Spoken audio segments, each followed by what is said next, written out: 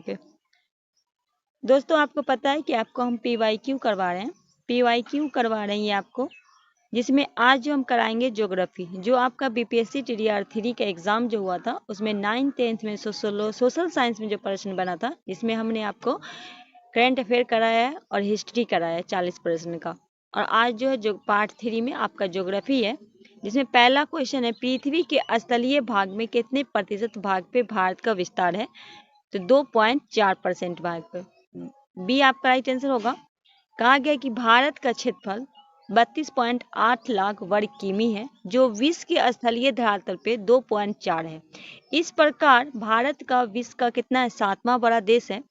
भारत की स्थलीय सीमा रेखा की बात करें तो 15,200 किमी एवं मुख्य स्थल जो है खंड के सहारे भारत के समुद्री सीमा की लंबाई 6100 किमी पाई जाती है, जो अंडमान और निकोबार द्वीप समूह तथा लक्षद्वीप समूह के तटरेखा को समाहित करने पर लगभग 7,051 की लंबी है। नेक्स्ट क्वेश्चन कहा गया है कि भारत की मुख्य भूमि की तटरेखा की लंबाई क्या है? The length of coast line along the main land of India is. कहा गया है कि इसकी जो है वो 6100 किलोमीटर है। ये आपका राइट आंसर हो जाएगा। कहा गया कि भारत की जो मुख्य भूमि की तटरेखा की लंबाई है वो 6100 किमी है, जो अंडमान और निकोबार द्वीप समूह लक्षद्वीप समूह तटरेखा से समाप्ति करते हुए लगभग 7,051.6 किमी लंबाई, जो कि दक्षिण में पाक जल संधि द्वारा श्रीलंका से पृथक की जाती है। भारत अफगानिस्तान पाकिस्तान अफगानिस्तान सीमा को ड्रूड लाइन में भारत चीन सीमा के मैकमोहन रेखा कहते हैं। भारत पाकिस्तान की सीमा बनाने वाली रेड क्लिफ लाइन भी कहा जाती है। नेक्स्ट देखिए, ये BPSC TDR 3 social science class 9 10th में 21/7/2024 को जो प्रश्न बना था, इंदिरा पॉइंट की विशेषता क्या है? पहला है वर्तमान समय में यह दृष्टिगत नहीं है। आगे है विशेषता भाई पूछा गया इसके बारे में, तो इसमें से क्या होगा? उपयुक्त से। अब कहा गया इंदिरा पॉइंट भारतीय संघराज्य से सबसे दक्षिणी बिंदु को कहा जाता है। ठीक है, तो ये तो पहला हो गया, ये आपका सही। उसके बाद कहा गया यह सन 2004 में सुनामी लहरों के कारण समुद्र में जलमग्न हो गया। इंदिरा पॉइंट ग्रेट निकोबार द्वीप समूह में स्थित है, तो ये भी सही हो गया। उसके बाद है इंदिरा पॉइंट जो है वो निकोबार द्वीप समूह क्षेत्र में जो है 836 द्वीप है, जिनमें केवल 38 अस्थायी रूप में बसे हैं। छोटे निकोबार में 22 मुख्य द्वीप है, 10 बसे हुए शामिल है। अंडमान निकोबार 10 डिग्री चैनल अलग करते हैं, पृथक करते हैं। कभी कभी ये भी प्रश्न, तो राइट आंसर क्या होगा? एक से अधिक। नेक्स्ट है गारो खासी और क्या है? गारो खासी और जैतिया की पहाड़ियां निम्नलिखित में किस राज्य में स्थित है? सी हो जाएगा आपका मेघालय में। कहा गया है गारो खासी और जैतिया उत्तर पूर्व पठार का एक हिस्सा है, जो मेघालय राज्य में स्थित है। यह प्रायद्वीपीय पठार का ही एक भाग है, जो हिमालय की उत्पत्ति के समय इंडियन प्लेट के से पूर्व दिशा में खिसकने के कारण राजमहल पहाड़ियां और मेघालय के पठार के बीच भ्रंश घाटी के बनने से एक अलग हो गया।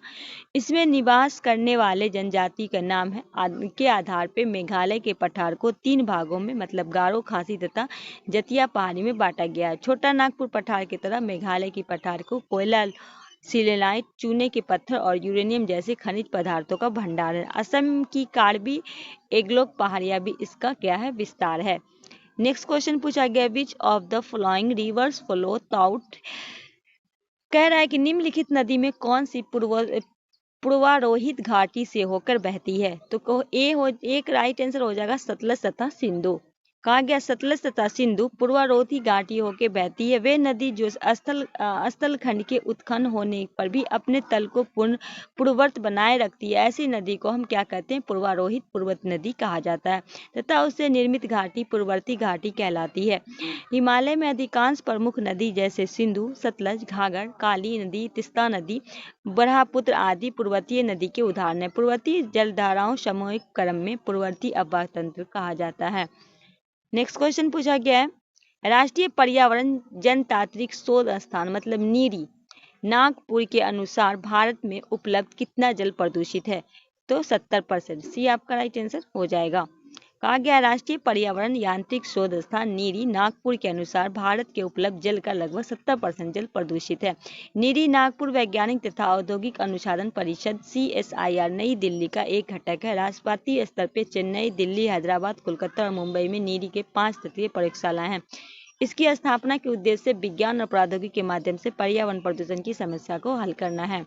नेक्स्ट क्वेश्चन है, निम्नलिखित नदियों में भारत के उनके बेसिन के क्षेत्र में घटते क्रम में आएगा। तो पहला आएगा गंगा, सिंधु, गोदावरी और कृष्णा। ये आपका राइट आंसर हो जाएगा। गंगा की बात करें, बेसिन का क्षेत्रफल का हो गया, सिंधु का, गोदावरी का, कृष्णा का। इसको आपको एक बार अच्छे से रिपीट कर लेना है। नेक्स्ट, ये भी आपका BPSC सोशल साइंस का प्रश्न है, बहुत ही इंपॉर्टेंट प्रश्न है। नेक्स्ट है, निम्नलिखित में किसने 1951 में प्रस्तावित किया कि मानसून गरीय पर्व और दाब पेटियों के ऋतुवार स्थानांतर मात्र है। ये आपका पूछा गया प्रश्न है, ये भी आपका शायद पूछा गया था। हाँ, BPSC TR 3 में यही लिखा हुआ है। ये क्या कहा, निम्नलिखित में किसने 1951 में प्रस्तावित किया कि मानसून गरीय पर्वों और दाब पेटियों के ऋतुवार स्थानांतरण मात्र है। फोलोन के द्वारा। बी आपका राइट आंसर हो जाएगा। कहा गया फोलोन महोदय ने 1951 में बताया कि मानसून की उत्पत्ति मौसमी परिवर्तन के कारण वायुदाब पेटियों के खिसकाव पे आधारित है। फोलोन जो होता है के अनुसार ग्रीष्म ऋतु के उत्तर पश्चिम भारत में निर्मित निम्न दाब गर्द और दक्षिणी पश्चिम मानसून में दोनों की उत्तरी अंक है। NITC के उत्तर की ओर दक्षिण और दक्षिण पूर्व एशियाई क्षेत्र में लगभग 30 डिग्री उत्तरी अक्षांश प्रसारित हो जाने के कारण उत्पन्न होते हैं। जाड़े की ऋतु में सूर्य की दक्षिणायन होने के कारण सभी वायुदाब पेटी दक्षिण की ओर खिसक जाती है, जिससे दक्षिण एशिया के क्षेत्र पुनः उत्तर व्यापारिक पवन में प्रभाव आ जाता है। अतः शीतकालीन मानसून उष्ण प्रभावित व्यापारिक पवन तंत्र का पुनः स्थापन मात्र है। नेक्स्ट क्वेश्चन का गया, राज्य तथा उनके भौगोलिक क्षेत्र में वनाच्छादित भाग की प्रतिशत के युग में कौन सा युग्म सही है वर्ष 2021 के अकॉर्डिंग। तो ई हो जाएगा उपयुक्त से कोई नहीं। कहा गया वन सर्वेक्षण 2021 के अनुसार दिए गए राज्य में वनावरण जो मिजोरम में 84.53, अरुणाचल प्रदेश में 79.33, मेघालय में 76। आगे है, कहा गया है निम्नलिखित राष्ट्रीय उद्यानों में कौन सा उद्यान खबरों में इसलिए आया क्योंकि वहां अफ्रीका से लाकर 20 चीते रखे गए। कूनो, ये कहाँ पड़ता है, मध्य प्रदेश में पड़ता है। ये आपका राइट आंसर हो जाएगा। कहा गया कि मध्य प्रदेश कूने राष्ट्रीय उद्यान प्रोजेक्ट टाइगर के तहत अफ्रीका से 20 चीते लाकर छोड़े गए थे। कूनो नदी इस राष्ट्रीय उद्यान के बीच से होकर गुजरती है। कूनो नेशनल पार्क में मिश्रित वनों में के बीच मुख्य रूप से करधई, सलाई, खैर पेड़ पाए जाते हैं जो फूल और जीव को कई प्रजाति का घर है। इसे राष्ट्रीय उद्यान में पाए जाने वाले मुख्य जीव चीतल, नीलगाय, तेंदुआ, जंगली कुत्ता, जंगली भौंकने वाला हिरन प्रमुख है। नेक्स्ट क्वेश्चन कह रहा है कि निम्नलिखित राज्यों में जनसंख्या घनत्व 2011 के घटते क्रम में कौन सा सही है। तो राइट आंसर हम क्या करेंगे, बिहार, पश्चिम बंगाल, केरल, उत्तर प्रदेश। बी आपका राइट आंसर हो जाएगा। बिहार की बात करें 11.6, पश्चिम बंगाल 10.28, केरल 8.60, उत्तर प्रदेश 8.29। नेक्स्ट क्वेश्चन कह रहा है कि भारत में 2011 की जनगणना के अनुसार लिंग अनुपात प्रति 1000 पुरुष में स्त्रियों की संख्या क्या है। सी 943 है। आगे बढ़ते हैं। क्या गया निम्नलिखित पर्वत चोटी में किस चोटी को प्रादेशिक भाषा में सागर माथा भी कहा जाता है। किस चोटी को, एवरेस्ट को। सी आपका राइट आंसर हो जाएगा। कहा गया माउंट एवरेस्ट, ये भी BPSC TR 3 social science 9th-10th में पूछा गया प्रश्न है। माउंट एवरेस्ट का संस्कृत या नेपाली नाम सागर माथा है, जिसकी शाब्दिक अर्थ है स्वर्ग का शिखर, तथा इसकी तिब्बती नाम चोमोलुंगा है, जिसका अर्थ है विश्व की देवी माँ। यह वृद्ध हिमालय का भाग है। माउंट एवरेस्ट विश्व का सबसे ऊंची चोटी है। महान हिमालय के अन्य मुख्य शिखर निम्नलिखित हैं। यहाँ आपको दिया गया शिखर देश। कंचनजंगा भारत में, मकालू नेपाल में, धौलागिरी नेपाल में, नंगा पर्वत भारत में, अन्नपूर्णा नेपाल में, नंदा देवी भारत में, कामेत भारत में, नामा बरचुआ भारत में, गुरलुआ माथा ये आपका नेपाल में है। नेक्स्ट क्वेश्चन का आ गया है क्वेश्चन नंबर 14, भूटान के स्थल पर कितना भाग हिमनदों से आच्छादित है। 3%। ये आपका राइट आंसर होगा। कहा गया भूटान के स्थल में लगभग 3% भाग हिमनदों से आच्छादित है। भूटान भारत के पड़ोसी देश है। भूटान का क्षेत्रफल 46,500 वर्ग किलोमीटर है। भूटान में लगभग 1,317 वर्ग किलोमीटर क्षेत्र पे हिमनदों का विस्तार है। भूटान का कुल क्षेत्रफल लगभग 68% भाग वन पाए जाते हैं। नेक्स्ट क्वेश्चन कहा जाए कि भूटान में उत्पन्न की जाने वाली प्रमुख खाद्यान्य फसल कौन सी है। बी लगाएंगे चावल, राइस।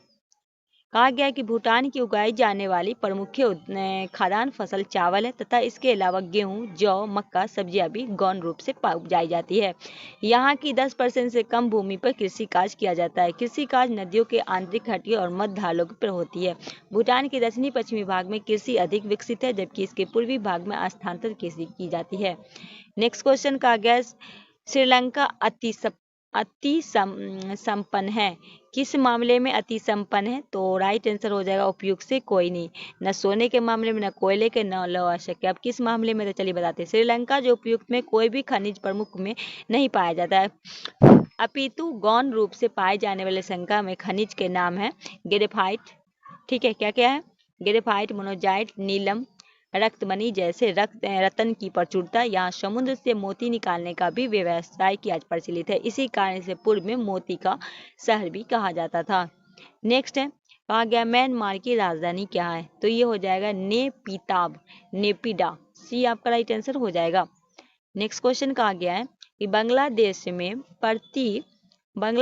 प्रति 1,000 व्यक्ति पे 2022 में जन्म दर क्या थी, 17.0676। तो ये आपका राइट आंसर हो जाएगा। नेक्स्ट कहा गया है कि गलोप पर अक्षांश रेखाओं तथा देशांतर रेखाओं की संख्या क्या है, तो ई है। अब क्यों है, कितना, 360 है ना, 180 है ना, तो इनमें से कोई नहीं, तो टोटल कितना है, तो ये बताना होगा आपको।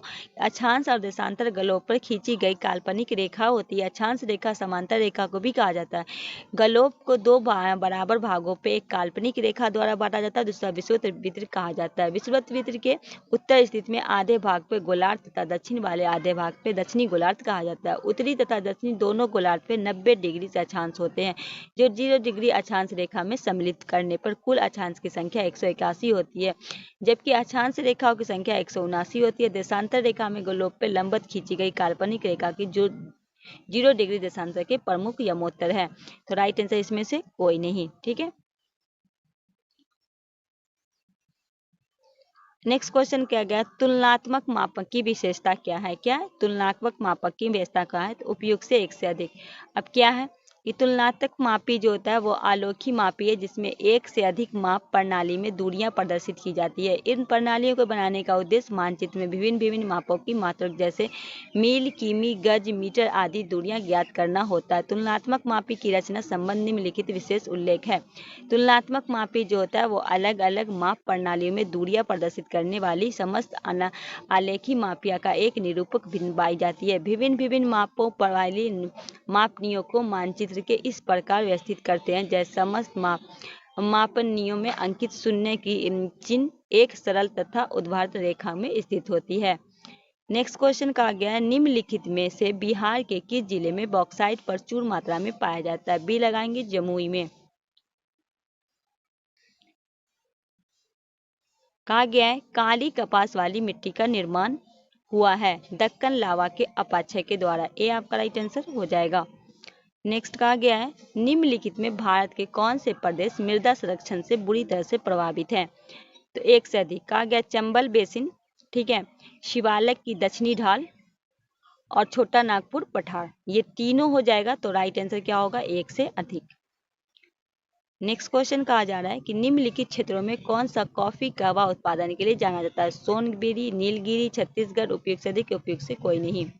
कौन सा आपका जाना जाता है, तो नीलगिरी जाना जाता है। क्या जाना जाता है, नीलगिरी, बी आपका राइट आंसर हो जाएगा।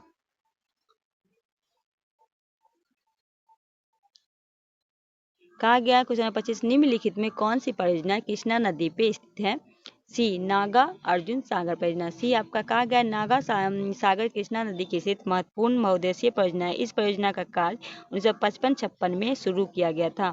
मयूराक्षी परियोजना मयूराक्षी नदी पर स्थित है, जो हुगली की एक सड़क सहायक नदी है। इस परियोजना का उद्देश्य सिंचाई, विद्युत उत्पादन और बाढ़ अवरोधन का नियंत्रण करना। जवाहर सागर बांध चंबल नदी स्थित है। इसका निर्माण चंबल परियोजना के तृतीय चरण में किया गया था।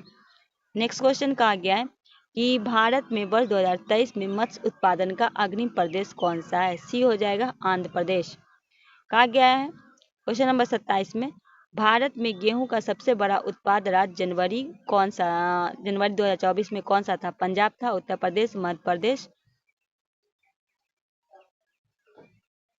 बी हो जाएगा आपका उत्तर प्रदेश। कहा गया क्वेश्चन 28 में भारत में मैग्नीज एश का वर्ष 2023 में सबसे बड़ा उत्पाद राज्य कौन था। तो ए लगाएंगे मध्य प्रदेश। कौन था, मध्य प्रदेश था। क्वेश्चन नंबर 29 में कहा गया निम्नलिखित ऊर्जा समूह में कौन सा समूह गैर परंपरागत है। क्वेश्चन नंबर 29 तो कौन सा आपका होगा, सौर ऊर्जा, पवन ऊर्जा, भूतापीय ऊर्जा। सी आपका राइट आंसर हो जाएगा। ये सब आपका TDR 3 में पूछा गया प्रश्न है। क्वेश्चन 30 है पेट्रोलियम क्षेत्र और उनकी स्थिति वाले राज्यों के युग्मों के बीच निम्नलिखित में कौन सा युग्म सही है। कहा गया हुगली राजन क्षेत्र असम में, ककोलत तेल गुजरात में,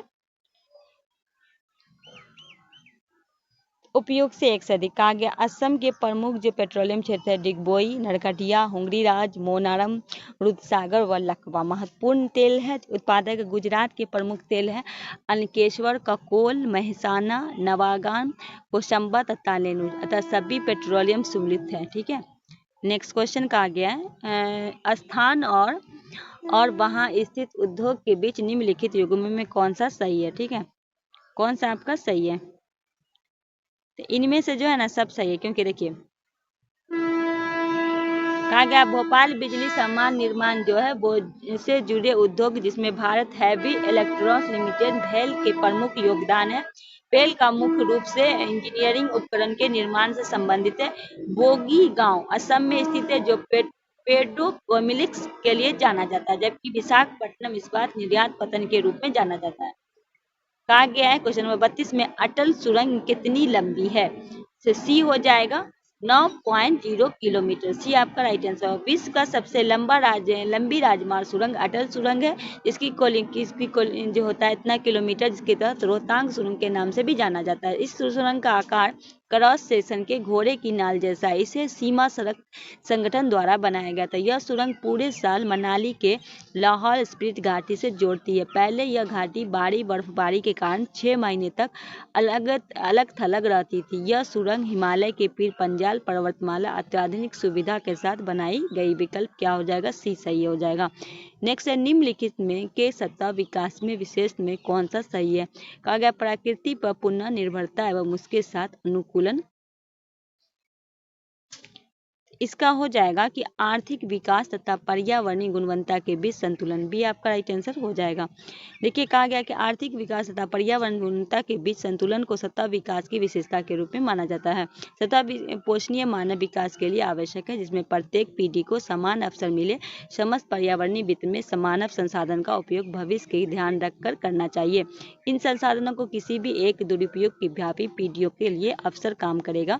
1987 में आई रिपोर्ट में आवर कॉमन फ्यूचर, जिसे ब्रांड लैंड रिपोर्ट के रूप में भी जाना जाता है। इस रिपोर्ट के अनुसार सतत पोषण विकास का अर्थ है एक ऐसा विकास जिसमें भविष्य में आने वाली पीढ़ियों की आवश्यकता पूर्ति को प्रभावित करे।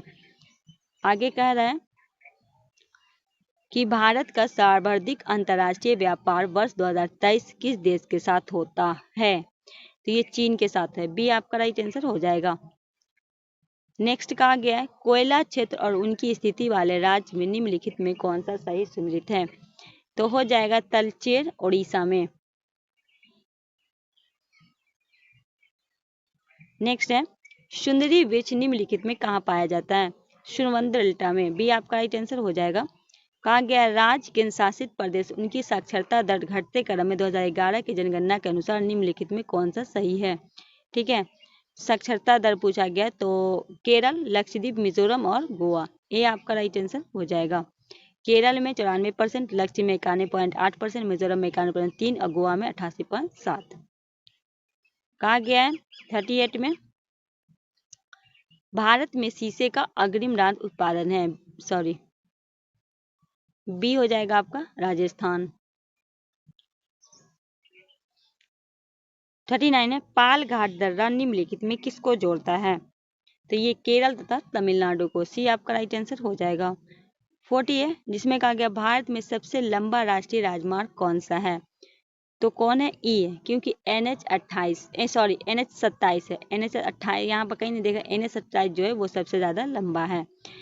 और तो ये आपका हो गया। देखिए भारत का सबसे लंबा राष्ट्रीय राजमार्ग जो NH27 है, जो पोरबंदर से सिलचर को जोड़ता है, इसकी कुल लंबाई कितना है? किलोमीटर है। NH44 भारत का दूसरा सबसे लंबा राष्ट्रीय राजमार्ग है, जिसकी कुल लंबाई 3717.64 किमी। यह श्रीनगर के कन्याकुमारी को जोड़ता है। अतः स्पष्ट है कि भारत में सबसे लंबा राष्ट्रीय NH27 है। नोट, आयोग ने अपने अंकित उत्तर कुंजी में सही विकल्प ए माना है, जो कि गलत है, जबकि सही विकल्प ई होगा। ठीक है, आयोग जो है NH44 को माना है। ठीक है, कल जो हम आपको करवाएंगे इकोनॉमिक्स से होगा, तो आप लोग सेशन को जुड़े रहिएगा। आपका जो ये 30-40 का जो श्रृंखला है, बहुत ही अच्छा श्रृंखला है, इसको आप लोग अच्छे से लगाइएगा। आपका यहाँ से स्कोर बहुत अच्छा बनेगा। तो चलिए, पहली बार है चैनल को, तो चैनल को सब्सक्राइब कर लीजिएगा, लाइक करना मत भूलिएगा और शेयर भी कीजिएगा। मिलते हैं नेक्स्ट टॉपिक के साथ, तब तक के लिए हमें दीजिए इजाज़त। अल्लाह हाफिज़।